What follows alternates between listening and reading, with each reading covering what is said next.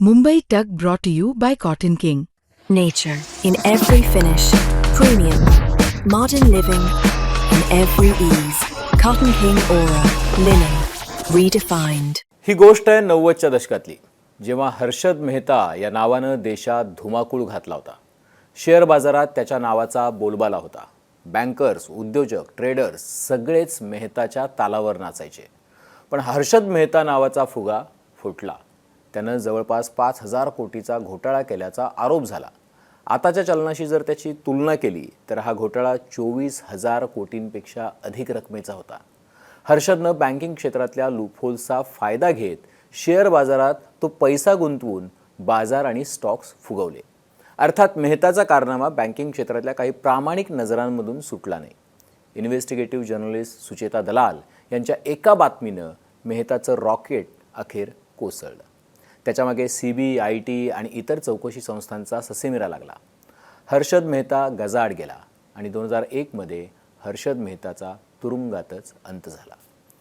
पण जेव्हा बँकिंग क्षेत्रातल्या स्कॅनर्स आणि सुचेता दलाल यांच्या धाडशीपणामुळं हर्षद मेहताचं विमान जमिनीवर आलं, त्याच वेळी म्हणजे 90च्या दशकात बंगलोरमध्ये दुसरा मेहता जन्म घेत होता. नाव आहे राजेश जसवंतराय मेहता. बंगळुरूच्या मिडल क्लास जैन फॅमिलीत त्याचा जन्म झाला.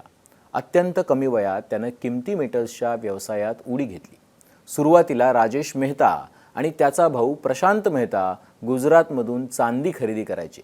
तीच चांदी बंगळुरू, चेन्नई आणि हैदराबादच्या व्यापाऱ्यांना विकायचे. त्यातून नफा कमवायचे. पण राजेश मेहतांची स्वप्न मोठी होती. 1991ला झालेल्या उदारीकरणामुळे देशात पैसा वाहू लागला होता. नव्या संधी उपलब्ध झाल्या होत्या. राजेश मेहता आणि त्याचा भाऊ प्रशांतनं स्वतःच्या राहत्या घरात एक कंपनी स्थापन केली. नाव होतं राजेश एक्सपोर्ट लिमिटेड. त्यात केवळ 10 लोक काम करायचे. सुरुवातीला गोल्ड रिफायनिंग आणि ज्वेलरी प्रोडक्ट बनवले जायचे. भारतीय बनावटीची ज्वेलरी थेट दुबई, ओमान, ब्रिटनसह इतर देशात एक्सपोर्ट होऊ लागली. राजेश मेहताचा लाखातला बिझनेस करोडोत आणि काही वर्षात शेकडो कोटीत गेला. कंपनी शेअर बाजारात लिस्टेड झाली, जिचं व्हॅल्युएशन जवळपास 3,000 कोटी रुपयांचं आहे. मेहताचा कारनामा इतका भारी होता की कंपनी फॉर्च्यून 500मध्ये पोहोचली. आता राजेशला केवळ इथंच थांबायचं नव्हतं. राजेशचं आयुष्य बदललं होतं. बँकिंग, इंडस्ट्री, पॉलिटिक्स आणि बिग फिशच्या मार्केटमध्ये राजेशचं नाणं खणखणायचं. कधीकाळी मिडल क्लास फॅमिलीतून आलेल्या राजेशचं आयुष्य खऱ्या अर्थानं राजेशाही झालं होतं. आता कंपनीचा विस्तारही राजेशनं वाढवला. $40 करोड देऊन स्वित्झर्लंडची वेलकॅम्बी गोल्ड रिफायनरी राजेश मेहतानं खरेदी केली, जी जगातली सर्वात मोठी गोल्ड रिफायनरी असल्याचा दावा केला जातो. इथं देशात म्हणजे भारतात शुभ ज्वेलर्स नावानं रिटेल दुकानांची चेन सुरू केली. एकट्या कर्नाटकात शुभ ज्वेलर्सची 80पेक्षा जास्त दुकान आहेत. सगळं कसं सुशेगात चाललं होतं. पण तितक्यात राजेश मेहतानं केलेल्या कारनाम्यांबद्दल शेअर होल्डर्स आणि काही कंपन्यांना शंका येऊ लागली. कारण राजेश मेहताच्या कंपनीनं दाखवलेला टर्नओव्हर आणि फायदा याचं गणित त्यांच्या लक्षातच येत नव्हतं. मार्च 2024ला एका शेअर होल्डरनं तक्रार केली. कंपनीच्या बॅलन्स शीटमध्ये ट्रेड रिसिवेबलचा जो काही डाटा आहे त्यातला 2 वर्षांपूर्वीपासूनचा डाटा मिळत नाही किंवा त्याची माहिती दिसत नाही. मग सेबीनं अर्थात security and exchanges board of इंडियानं 2020 ते 2025 मधल्या व्यवहारांची चौकशी सुरू केली आणि त्यात 15 लाख कोटी रुपयांचा फुगा फुटला. आता 15 लाख कोटी रुपये म्हणजे किती आणि त्याच्यावरती किती शून्य द्यावे लागतील हे तुम्ही एकदा कागदावरती लिहून बघा.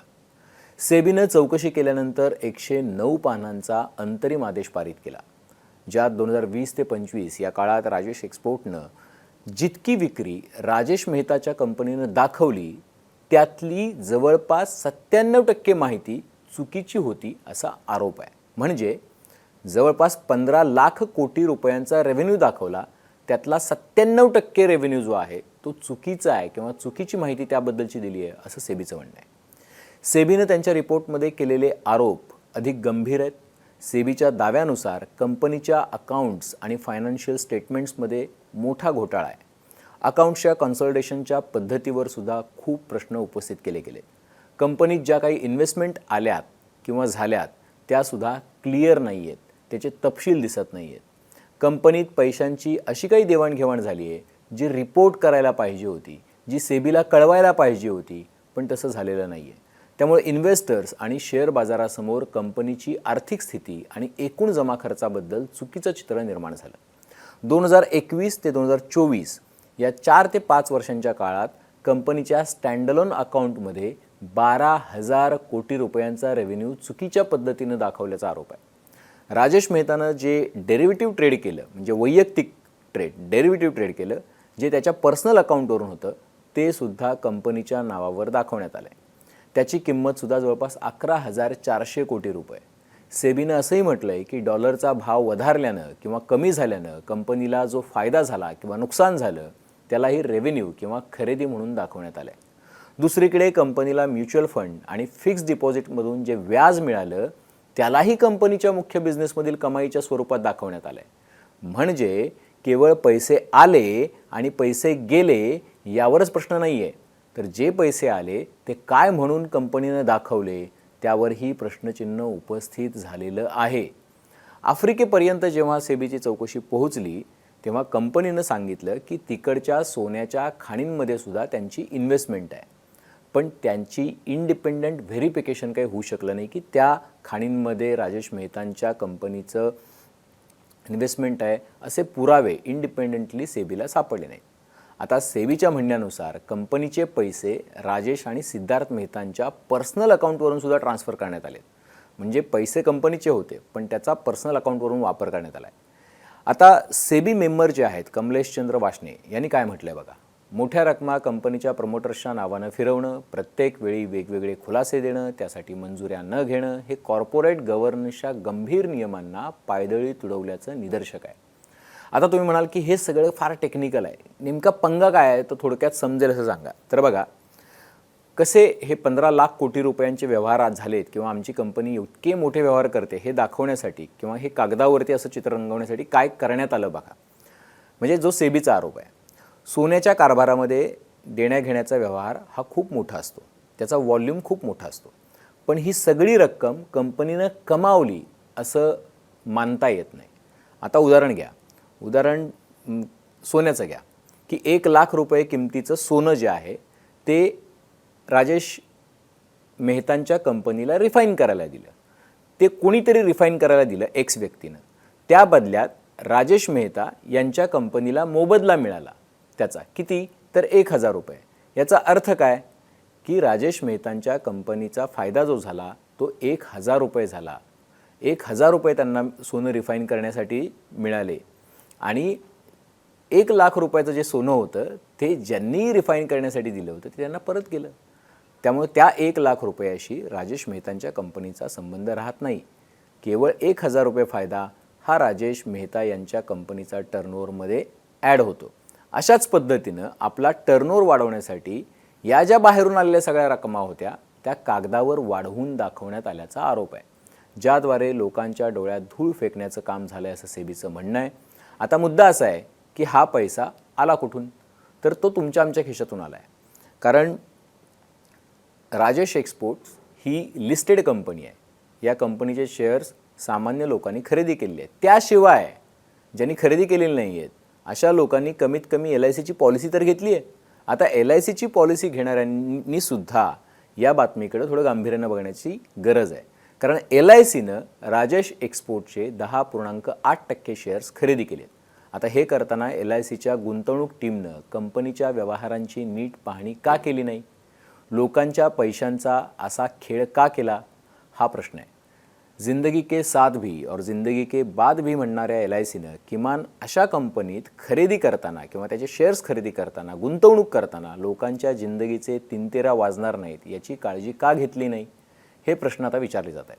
राजेश मेहतांच्या कंपनीनं स्टेटमेंट काढून सेबीनं केलेले आरोप चुकीचे आहेत असा दावा केला आहे आणि हे केवळ कन्फ्युजनमधून झाल्याचं म्हटलं आहे. म्हणजे सेबीचं कन्फ्युजन झालं असं राजेश मेहतांच्या कंपनीचं स्टेटमेंट आहे. आता कन्फ्युजन 50-100 रुपयांचं किंवा काही 1000 रुपयांचं समजू शकतो, पण 15 लाख कोटी रुपयांचं कन्फ्युजन हा मोठा प्रश्न आहे. त्यामुळे राजेश एक्सपोर्ट प्रकरणात हर्षद मेहता प्रकरणाची पुनरावृत्ती होणार का हा प्रश्न आहे. हंसल मेहतांनी हर्षद मेहतांवर जी सिरीज काढली स्कॅम 1992, त्यात एक डायलॉग आहे, रिस्क है तो इश्क है. पण आता रिस्क LICचे हप्ते भरणाऱ्यांना पण आहे आणि इश्कचं म्हणाल तर ते केवळ राजेश मेहतांचं गोल्डशी आहे. त्यामुळं हा 15 लाख कोटी रुपयांचा हिशोब भारताच्या इकॉनॉमीला सुद्धा मारक ठरणार का? त्याचा तुमच्या आमच्या आयुष्यावर सुद्धा परिणाम होणार का? आता हे चौकशीचे सगळी माध्यमं जी आहेत ती सुरू झाली आहेत. सेबी इंडिपेंडंट चौकशी करते. राजेश मेहतांना ट्रेड करण्यापासून लांब ठेवण्यात आलं आहे. कुठलेही व्यवहार करायचे नाहीत असं राजेश एक्सपोर्टला सांगण्यात आलं आहे. त्यामुळं इथून पुढे या सगळ्या प्रकरणाची पाळंमुळं जी आहेत ती कुठपर्यंत पोहोचत आहेत हे बघावं लागेल. तुमची काही मतं असतील तर ती निश्चितपणे नमूद करा. बेल आयकॉनवरती क्लिक केलं तर अपडेट्स मिळत जातील आणि सर्वात महत्त्वाचं म्हणजे मुंबई तकचं यूट्यूब चॅनल सबस्क्राईब करायला विसरू नका. आजच्या सेंटर पॉईंटमध्ये इथेच थांबतोय. पाहत राहा मुंबई तक.